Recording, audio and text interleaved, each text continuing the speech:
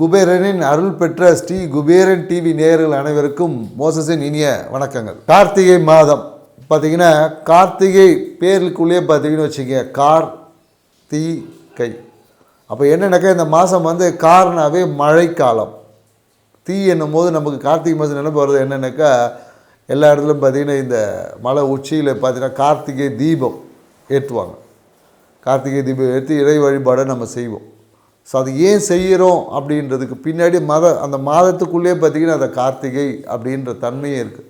ஏன்னா முருகனோட பேரே என்னன்னாக்கா கார்த்திகேயன் தான். ஸோ அப்போ அங்கேயே பார்த்திங்கன்னா என்னக்கா, மழையை எதிர்கொள்ளக்கூடிய காலம். அதை எப்படி எதிர்கொள்ளணும்னா, நெருப்பை கொண்டு நாம் எதிர்கொள்ளணும். அதனால தான் பார்த்திங்கன்னா இந்த மாதத்தில் நிறைய ஆன்மீக விஷயங்கள் எல்லாமே ரொம்ப சிறப்பாக இருக்கும். கார்த்திகை மாதம் விரதம் இருந்து ஐயப்பனுக்கு வந்து மாலை போட்டுட்டு ஐயப்ப சாமியெல்லாம் போடுவாங்க. ஏன்னா அங்கே 18 படி ஏறும்போதே என்னன்னாக்கா, அங்கே மேலே இருக்கும், என்ன இருக்கும், என்ன நீ நினைக்கிறாயோ அதே நீ மாறுவாய், தத்துவஸ்மி, சரிங்களா? ஸோ எதை நீ நினைக்கிறாயோ அதை நீ மாறுவாய். ஸோ அதுக்குள்ளே மிகப்பெரிய ஒரு ஆன்மீக சூட்சமங்கள் இருக்குது, அதை நம்ம புரிஞ்சுக்கணும். ஸோ மேலும் என்னென்னாக்கா, ஒவ்வொரு மாதத்துக்குள்ளேயும் பார்த்திங்கன்னா இயற்கை சார்ந்த ஒரு விஷயத்தையும் நம்ம முன்னோர்கள் நம்ம கொடுத்துருப்பாங்க. ஏன்னா இயற்கை ஒன்றி தான். ஏன்னா இயற்கையை நாம் எந்த அளவுக்கு புரிந்து கொள்கிறோமோ அதை வைத்து தான் உங்களுடைய இறைவனையே நீங்கள் புரிஞ்சு கொள்ள முடியும். நாம் இறைவனை புரிஞ்சுக்க எல்லாம் ட்ரை பண்ணுறோம், ஆனால் முடியல. முதல்ல இறைவனோட படைப்பான இயற்கையை நம்ம புரிஞ்சுக்கிட்டோன்னா இறைவனை இலகுவாக புரிந்து கொள்ளலாம். இதுதான் நம்மளுடைய தமிழ் பாரம்பரியம் நமக்கு கொடுத்த, சித்தர்கள் நமக்கு கொடுத்த ஒரு விஷயம். ஸோ அப்போ இந்த இயற்கை சார்ந்த விஷயத்தை ஏன் இந்த மாதத்தில் மட்டும் நம்ம நெருப்பை பார்த்திங்கன்னா மலை உச்சியில் நம்ம கார்த்திகை தீபம் ஏற்றி வீட்டை சுற்றி நம்ம பார்த்திங்கன்னா கார்த்திகை தீபம்லாம் ஏற்றுவோம். ஏன் ஏற்றணும் அப்படின்ற ஒரு காரணம் இருக்குது இல்லையா? ஸோ பார்த்திங்கன்னா காலபுருஷ தத்துவத்துக்கு 8ஆம் இடம் என்பது மறைவு ஸ்தானம். அப்போது இந்த பார்த்திங்கன்னா இந்த உலகத்துக்கு வெளிச்சத்தை கொடுக்கக்கூடிய சூரிய பகவான் வந்து 8ல் மறைகிறார். அப்போ 8ல் மறையும் போது என்னென்னாக்கா, இந்த காலகட்டத்தில் காற்றுல பார்த்திங்கன்னா ஈரப்பதம் கலந்துருக்கும், சரிங்களா? ஏன்னா ஆன்மீக ரீதியான நிறைய விளக்கங்களை வந்து நிறைய நம்மளுடைய பெரியவங்க கொடுத்துருப்பாங்க. அதுக்கு பின்னாடி இருக்க அறிவியலையும் நம்ம சொல்லுவோம் இல்லையா? எனக்கு எல்லாரும் சொன்னதையே நம்ம சொல்லிகிட்டு இருக்கோம். நம்ம கொஞ்சம் வித்தியாசமாக சொல்லுவோம் தான்.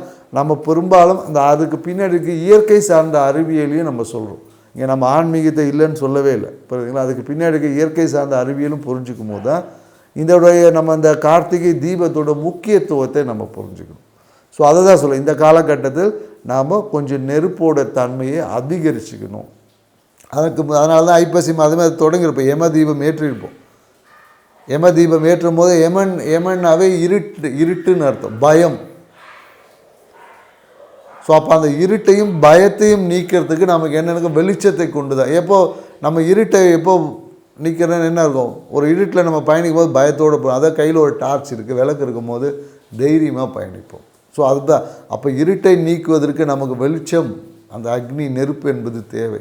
அதனால தான் இந்த மாதம் நம்ம என்னென்னாக்கா, மலை உச்சியில் இருக்கக்கூடிய பெரும்பாலும் என்னென்னாக்கா, ஏன்னா இந்த காலகட்டத்தில் நம்மளுடைய மேருமலைன்னு சொல்லக்கூடிய நாம உச்சியிலையும் அக்னி வந்து சிறப்பாக இருக்கணும். ஸோ அதுக்காக தான் பார்த்திங்கன்னா ஐப்பசி மாதத்தில் அதுக்கான விஷயங்களை தொடங்கும். ஏன்னா ஒரு விஷயத்துக்கு முன்னோடியாக அதுக்கு அடுத்து முந்த மாதமே தொடங்கிடுவோம். அதனால தான் எண்ணெய் குளியல் செய்யும்போது சுடு தண்ணியில் கங்கா ஸ்தானம்லாம் செய்வோம். ஸோ அதெல்லாம் இப்போது நமக்கு பின்னாடி இருக்கக்கூடிய இயற்கை சார்ந்த ஒரு அறிவியல், இதையும் வளப்படுத்திக்கும் போது தான் நமக்கு நம்மளுடைய ஆன்மீகம் என்பது ஒரு முழுமையான ஆன்மீகம், அந்த முழுமையான ஆன்மீகமாக இருக்கும்.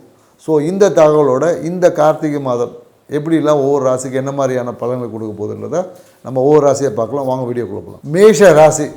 மேஷ ராசிக்கு பார்த்திங்கன்னா ராசி அதிபரான செவ்வாய் பகவான் பார்த்திங்கன்னா காலபுருஷ தத்துவ ராசிக்கு 8ஆம் இடத்துல போய் இருக்கார். ஸோ அப்போ இந்த காலகட்டம் எப்படி இருக்கக்கூடிய ஒரு காலகட்டம்னா, கொஞ்சம் ரொம்ப விழிப்பாக இருக்கணும், சரிங்களா? ஏன்னா இந்த காலகட்டத்தில் பார்த்திங்கன்னா நிறைய அரசியல்வாதிகளுக்கு வந்து தேவையில்லாத வழக்குகளை சிக்க போகிறாங்க. குறிப்பாக என்னென்னாக்கா, இந்த ஆ என்ற எழுத்தில் தொடங்கக்கூடிய அரசியல்வாதிகளுக்கு பார்த்திங்கன்னா அவருடைய முக்கியத்துவம் குறைக்கப்படும், அவருக்கு இருந்த ஒரு முக்கியத்துவம் குறைக்கப்படும். அதே போல் இன்னொரு ஆள் இருக்கக்கூடிய ஒரு அரசியல்வாதிக்கு பார்த்திங்கன்னா தேவையற்ற சட்ட சிக்கலில் சிக்கக்கூடிய வாய்ப்புகள் இருக்குது. இல்லை ஒரு லேண்ட் மோசடி, இல்லை சில அரசியல்வாதிகளுக்கு இந்த காலகட்டத்தில் மேஷராசியில் என்று தொடங்கக்கூடிய அரசியல்வாதிகள் இந்த காலகட்டத்தில் பார்த்திங்கன்னா ஒரு மத்திய அரசுலேருந்து மிகப்பெரிய ஒரு அழுத்தம் ஏற்படுவதற்கான சாத்தியக்கூறுக்கு சில பேர் ரைடு கூட வருவாங்க. ஸோ இந்த மாதிரி அமைப்பு எல்லாமே மேஷ ராசியில் இருக்க அரசியல்வாதிகளுக்கு இருக்குது. கொஞ்சம் விழிப்பாக இருக்கணும், அதை நான் உங்களுக்கு சொல்கிறேன். ஸோ மேலும் பார்த்திங்கன்னா இந்த காலகட்டம் எப்படி இருக்க போகுது, மற்றவங்களுக்கு எப்படி இருக்க போகுதுன்னு தான். ஏன்னா இந்த காலகட்டத்தில் குறிப்பாக ரொம்ப கவனமாக இருக்குன்னு சொல்லுவேன். ஏன்னா நிறைய பேர் பார்த்திங்கன்னா கூட இருக்கக்கூடிய விஷயங்களே நமக்கு வந்து ஒரு சாதகமற்ற சூழல் இருக்குது. ஸோ சாதகமற்ற சூழல் இருந்தாலும் 8ஆம் இடத்தை குரு பார்க்கறதுனால, குருவோட பார்வை அங்கே விழுவதனால உங்களை எந்த விஷயங்களும் எதிர்த்து போராடி ஜெயிக்கக்கூடிய ஆற்றல் என்பது வந்துடும். ஸோ மேலும் இந்த காலத்தில் நிறைய மேஷ ராசிக்காரங்கள் பார்த்திங்கன்னா நிறைய பொருளாதார முதலீடுகள் கிடைக்கும். ஏன்னா பணம் வந்தால் ஒரு வியாபாரம் தொடங்கலாம். ஸோ எங்கேயா யாராவது பணம் கொடுப்பாங்களா, ஒரு இன்வெஸ்ட்மெண்ட் பார்ட்னரை தேடி கொண்டு வந்த மேஷ ராசிக்காரர்கள் இந்த காலகட்டம் வந்து ஒரு இன்வெஸ்ட்மெண்ட் பார்ட்னர்ஸ் கிடைப்பாங்க. உங்களுக்கு தொழிலில் முதலீடு செய்வதற்கு ஒரு நபர் கிடைப்பாங்க. அதன் மூலயமாக புதிய தொழில் விருத்தி செய்வாங்க. இல்லை நிறைய பேர் புதிய தொழில் தொடங்கக்கூடிய வாய்ப்புகள் என்பது இருக்குது. மேலும் நிறைய பேர் இந்த காலகட்டம் என்னென்னாக்கா தங்கத்தின் மீது முதலீடு செய்வாங்க. தங்கம் வந்து ஏன்னா ரேட்டு டெய்லி ஏறிக்கிட்டே இருக்கு இல்லையா, ஏறுது இறங்குது. ஏன்னா இன்றைக்கி பார்த்திங்கன்னா முன்னாடி நிலத்தில் போட்டவங்க தான் வருமானம் அதிகமாகிடுச்சு. ஏன்னா நிலம் தான் ரியல் எஸ்டேட் பெருகிச்சு. இப்போ பார்த்திங்கன்னா தங்கம் போகிற ரேட்டு பார்த்தா எங்கே போய் நிற்கன்னு தெரியல. அப்போ தங்கத்தின் மீது முதலீடு செய்வதற்கான ஒரு எண்ணம் தோன்றும். சில பேர் செய்வாங்க, காசு இருந்தால் கண்டிப்பாக செய்வாங்க. ஸோ அப்போ தங்கத்தில் முதலீடு பண்ணலாமா, இல்லை சுப விரயங்கள் செய்வாங்க, தங்கம் வாங்குவாங்க சில பேர். அதே போல் என்னன்னாக்கா நிறைய பேர் இந்த காலத்தில் அந்த கோர்ட்டு கேஸு இந்த மாதிரியான விஷயங்கள்லாம் இருக்கு இல்லையா, இது எல்லாமே இந்த காலத்தில் ஏதாவது ஒரு செட்டில்மெண்ட் கொடுத்து தீர்வுக்கு வரும். ஏன்னா குரு பார்த்தீங்கன்னா 8ஆயும் பார்க்குறாரு. ஸோ அதனால் மேஷ ராசிக்காருக்கு பிரச்சனைகள் இருந்தாலும் உங்கள் ஆன்மீகம் உங்களை காப்பாற்றிடும். அம்மாவுடைய ஆசீர்வாதம் உங்களை காப்பாற்ற போகுது. அதனால் என்னென்னாக்கா இந்த காலகட்டத்தில் என்னென்னாக்கா அம்மா காலில் விழுந்து ஆசீர்வாதம் வாங்குங்க, அம்மாவுடைய அன்பை பெறுவதற்கு ட்ரை பண்ணுங்கள். இது இருந்தால் உங்களுக்கு வரக்கூடிய இன்னல்களை அடித்து தும்சம் பண்ணிட்டு போயிட்டே இருக்க வேண்டியதான். சரிங்களா?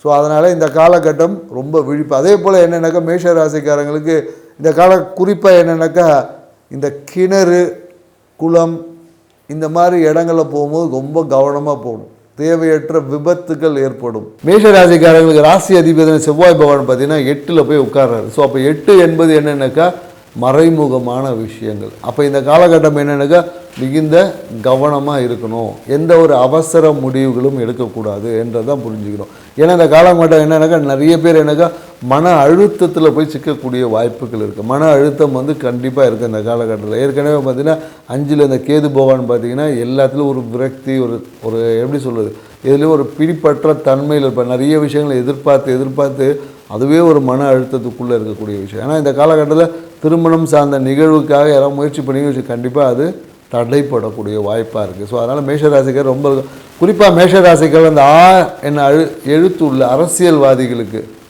இப்போ பார்த்திங்கன்னா தொடங்கக்கூடிய அரசியல்வாதிகளுக்கு பார்த்திங்கன்னா பதவி வந்து அதோடைய பவர் வந்து குறைக்கப்படும். சில பேருக்கு வந்து பதவி கூட இழக்கிறதுக்கு வாய்ப்புகள் இருக்குது. அந்த பவர் வந்து குறைச்சிருவாங்க அந்த காலகட்டத்தில்.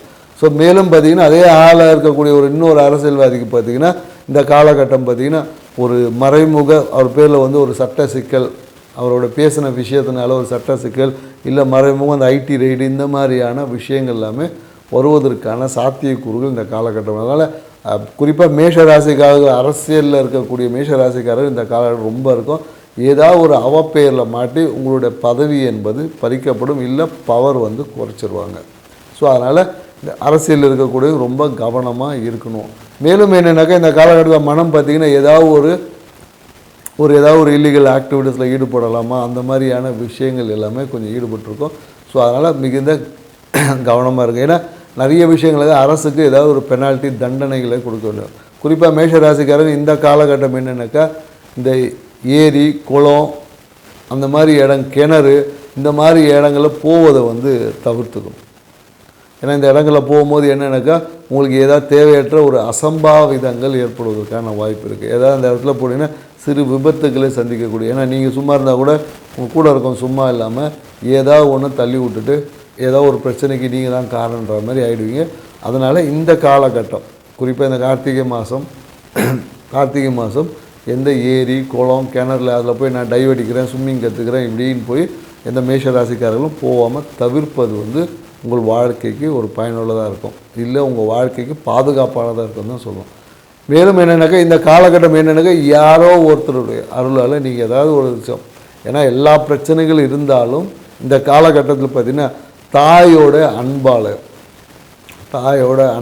தாயோட ஆசீர்வாதத்தாலையும் எல்லாத்தையும் எதிர்த்து போராடி வெற்றி கொள்ளக்கூடிய ஆற்றலும் இந்த காலகட்டத்தில் இருக்குது. ஏன்னா இந்த காலகட்டம் பார்த்திங்கன்னா குரு பகவான் பார்த்திங்கன்னா உங்கள் ராசியை 12ஆம் இடத்தை பார்க்குறாரு, 10ஆம் இடத்தை பார்க்குறாரு, மேலும் 8ஆம் இடத்தை பார்க்குறாரு. எவ்வளோ சட்ட சிக்கல்கள் வந்தாலும் அதை தாயோடைய ஆசீர்வாதத்தாலும் தாயோட அன்பை கொண்டு ஜெயித்து உங்களை ப்ரூவன் பண்ணுறதுக்கான ஒரு வாய்ப்பு. நிறைய பேர் இந்த காலகட்டத்தில் பார்த்திங்கன்னா தொழில் முதலீடுகள் கிடைக்கும். தொழிலுக்கு பார்த்திங்கன்னா பிஸ்னஸ்க்காக யாராவது பணம் கொடுத்தா தொழில் ஆரம்பிக்கலாம் அப்படின்ற ஒரு தன்மையில் இருக்கக்கூடிய மேஷராசிகளுக்கு இந்த காலகட்டத்தில் தொழில் முதலீடுகள் பொருளாதார உதவிகள் வந்து புதிய தொழிலை ஆரம்பிப்பாங்க. அதே போல் நிறைய பேர் தங்கத்தின் மீது முதலீடு செய்வது, சரிங்களா, நிறைய பேர் சேர்த்து வச்ச காசில் தங்க நகைகளை வாங்குவது, இந்த மாதிரியான விஷயங்கள் எல்லாமே இந்த காலகட்டத்தில் மேஷராசிக்காரர்கள் நிறைய பேர் வெளியூர் வெளிநாட்டு பயணங்கள், தடைப்பட்ட வெளியூர் வெளிநாட்டு பயணங்கள் எல்லாமே இந்த காலத்தில் உடனடியாக விசா வந்து ப்ராசஸ் ஆகி பயணிப்பதற்கான மனம் விரும்பிய எந்த ஊருக்கு நீங்கள் போகணும்னு நினச்சிங்களோ அந்த ஊருக்கு போவதற்கான வாய்ப்புகள் வந்து இந்த காலகட்டத்தில் உருவாகும். மேலும் கணவன் மனைவி உறவில் கொஞ்சம் ஒரு சிறிய சலசலப்பு வரும். ஸோ அதனால் கணவன் மனைவி உறவு கொஞ்சம் மிஸ் அண்டர்ஸ்டாண்டிங் வரும்போது நீங்களே புரிஞ்சுக்கிங்க, கிரகச்சாரம் சரியில்லை, மௌனத்தை கடைப்பிடிச்சிங்கன்னு சொல்லிட்டு மூவ் ஆன் பண்ணி போனீங்கன்னா இந்த கார்த்திகை மாதம் உங்கள் வாழ்வில் ஒரு வெளிச்சத்தை கொடுக்கக்கூடிய கார்த்திகை மாதமாக இருக்கும். நன்றி, வணக்கம். ஸ்ரீ குபேரன் டிவியை பார்த்தமைக்கு நன்றிகள். மேலும் இது போன்ற தகவல்களை தெரிந்து கொள்ள ஸ்ரீ குபேரன் டிவியை சப்ஸ்கிரைப் செய்யுங்கள். மறக்காமல் பெல் ஐக்கானை கிளிக் செய்யுங்கள்.